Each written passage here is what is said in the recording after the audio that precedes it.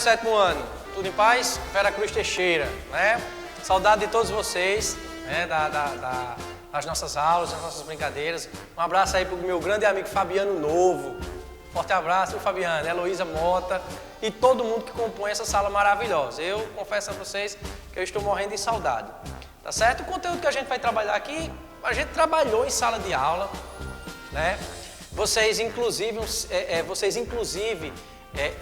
se deram muito bem no conteúdo, a gente revisou, a gente fez maratona, né? A gente fez dinâmicas, a gente colocou no papel realmente tudo aquilo que a gente explanou em sala de aula e que a gente aprendeu. O que eu vou fazer aqui é revisar um pouco e aprofundar um pouquinho, beleza? Então, fiquem tranquilos que isso aqui não é nenhum bicho de 7 cabeças. Primeiro, a gente vai falar, você sabe, o sétimo ano a gente só trabalha Brasil, certo? Do começo ao fim, a gente só trabalha o Brasil, né? A gente vai detalhando Brasil, tudo, indústria, urbanização, região por região, características humanas, características físicas, no caso relevo, vegetação, clima, tudo isso a gente trabalha no sétimo ano, certo? E a gente vai trabalhar isso aqui para o final do ano, tudo ok, com as bênçãos de Deus, certo? Então veja bem, o Brasil, ele possui uma divisão político-administrativa, que eu tenho certeza que vocês devem estar, isso aí eu já sei. Mas vamos reforçar. O Brasil tem uma divisão político-administrativa que é dividida em 5 regiões, certo? Ou em 5 macro-regiões, como a gente pode usar um termo mais técnico, né? Essas regiões, vocês sabem, dessas 5, Norte, Nordeste, Sul, Sudeste, Centro-Oeste, né? A região mais rica é a região Sudeste, certo? A região mais populosa é a região Sudeste, a região mais industrializada é a região Sudeste. Então, a região Sudeste você pode estar dizendo é a região do mais, de fato, certo? A região Sudeste, ela é o coração econômico industrial do Brasil, certo? A região Nordeste é a que tem mais estados, são 9 estados, e aí vocês têm isso anotado no caderno. Vocês têm um mapa que eu pedi para que vocês colocarem os estados, as capitais, vocês pintarem, certo? Isso aí vocês têm e dominam muito bem, certo? A menor região de todas é a região sul e também a que tem menos estados, certo? Paraná, Santa Catarina e Rio Grande do Sul, certo? Nosso maior estado é o estado do Amazonas, tá certo? Na região norte, né? Nosso Distrito Federal, ele se localiza dentro do estado do Goiás, tá certo? Na região centro-oeste, onde a capital Brasília. Só lembrando que o Brasil, ele possuiu, a primeira capital foi Salvador, depois foi o Rio de Janeiro e recentemente eu digo dos anos 60 para cá, né? A nossa capital oficialmente é Brasília. Né?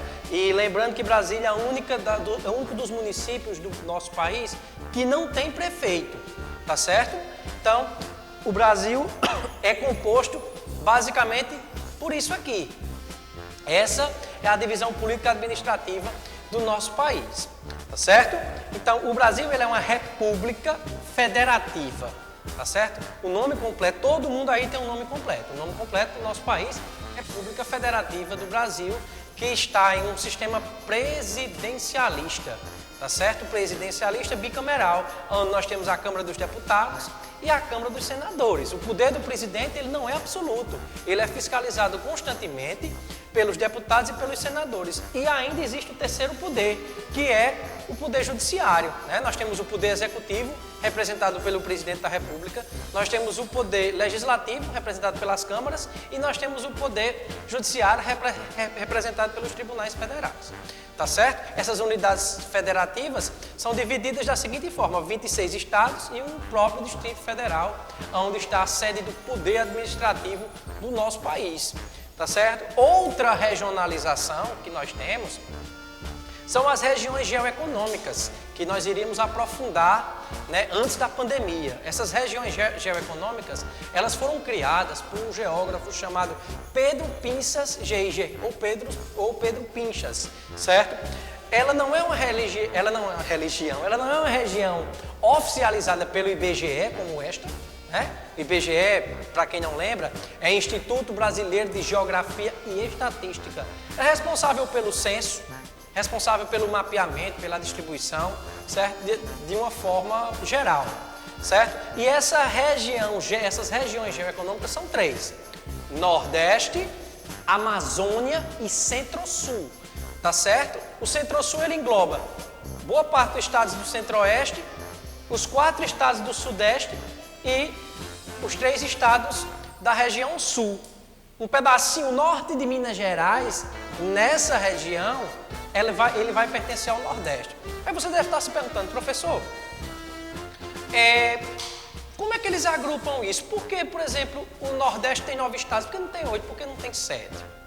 Quais são as características que eles avaliaram para regionalizar o Brasil? O que foi que eles avaliaram? Gente, o IBGE, ele avaliou o seguinte: as características parecidas, semelhantes. Por exemplo, vocês aí do 7º ano, vocês têm a mesma faixa etária, vocês teoricamente viram os mesmos conteúdos, vocês falam o mesmo idioma, vocês moram ou na mesma cidade ou numa cidade circunvizinha. Então vocês têm características parecidas para estar na sala de vocês do 7º ano.